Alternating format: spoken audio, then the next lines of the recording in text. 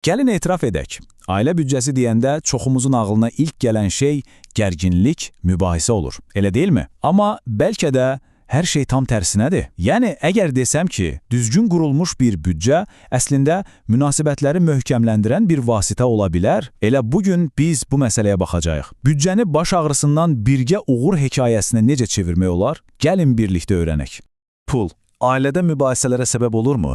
Düşünürəm ki, bu sual çoxlarına tanış gəlir. Bəli, pul yəqin ki, cütlüklər arasında ən çox gərginlik yaradan mövzulardan biridir. Amma bilirsiniz, yaxşı xəbər də var. Birincisi, bu məsələdə tək deyilsiniz. İkincisi və ən vacibi, bu vəziyyəti dəyişmək tamamilə bax sizin öz əlinizdədir. Yaxşı, bəs hardan başlayaq? Təsəvvür edin ki, bir gəmidəsiniz. Əgər kapitanlardan biri bir istiqamətə, digəri isə başqa tərəfə getmək istəsə, nə olar? Cəmi heç yerə getməz. Bax, ailə büdcəsi də eyni ilə belədir. İlk və ən vacib addım hara getdiyinizi birlikdə müəyyən etməkdir. Yəni, maliyyə məqsədlərinizi ortaqlaşdırmaq. Hər ikiniz eyni hədəfə doğru üzdüyünüzü biləndə yol da qat-qat asanlaşır. Baxın, burada çox incə bir məqam var. Məqsədləri belə qısa və uzun müddətli olaraq bölmək çox ağıllı bir strategiyadır. Niyə? Çünki məsələn, yay tətilinə pul yığmaq kimi qısa müddətli bir hədəf sizə dərhal motivasiya verir. Həvəslənirsiniz.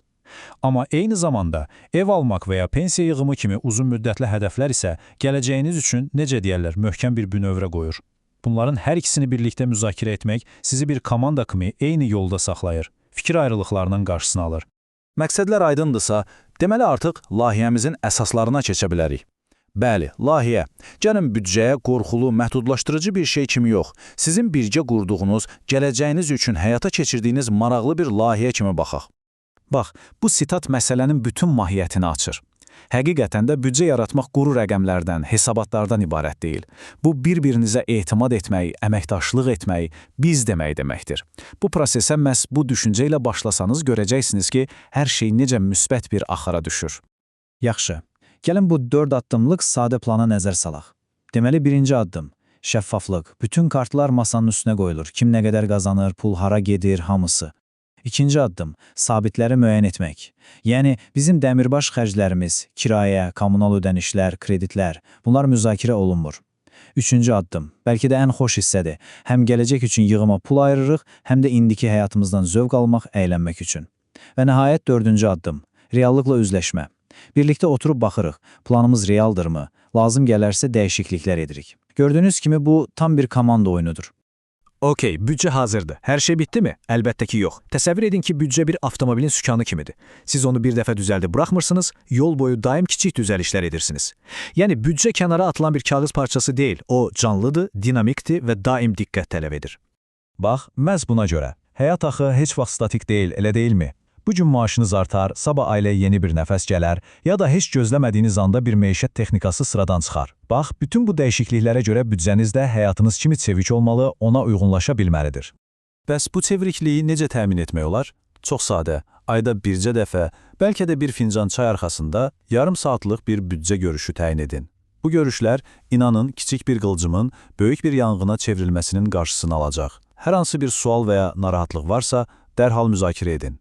Unutmayın, maliyyə məsələlərində açıq ünsiyyət həqiqətən də hər şeyin açarıdır.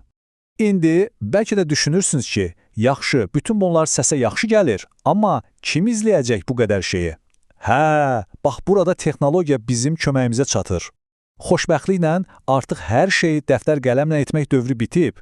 Gəlin görək, müasir alətlər bu prosesi bizim üçün necə oyuncağa çevirə bilər? Həqiqətən də, müasir texnologiyalar ailə büdcəsini idarə etməyi kökündən dəyişib.